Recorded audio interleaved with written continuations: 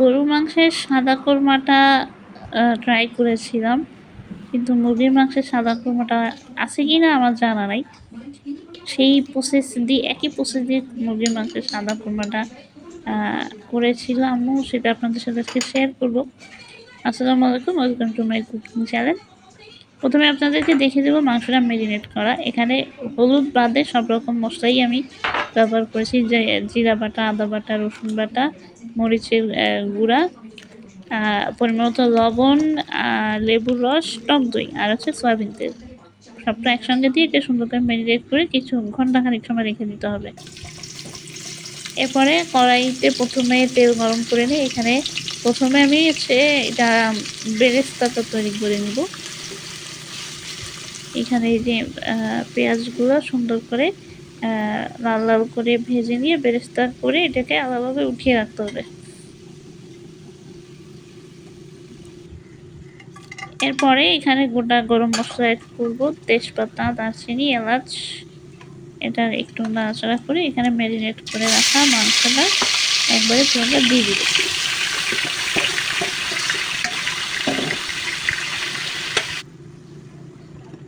এরপরে এটা কিছু সময়ের জন্য ঢেকে রাখবো।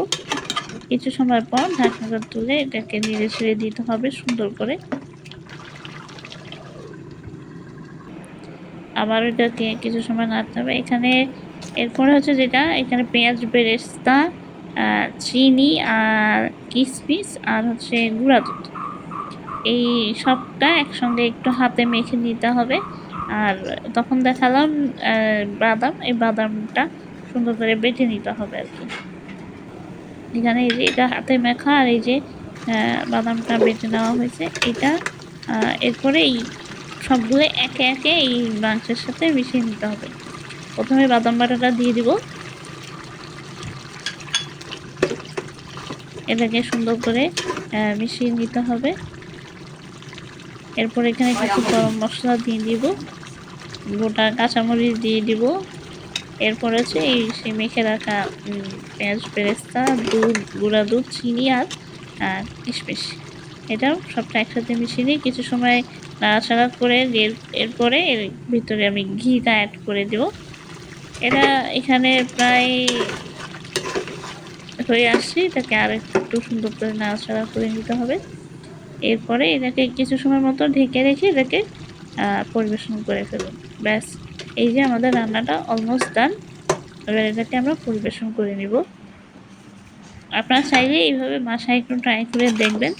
আশা করি আমার ভিডিওটা আপনাদের কাছে ভালো লেগেছে। ভালো লেগে থাকলে অবশ্যই আমার ভিডিওটা লাইক, কমেন্ট, শেয়ার করে আমার সাথেই থাকবেন। আজকের ভিডিওটা এখানেই শেষ করছি। সবাই ভালো থাকবেন, সুস্থ থাকবেন। আসসালামু আলাইকুম।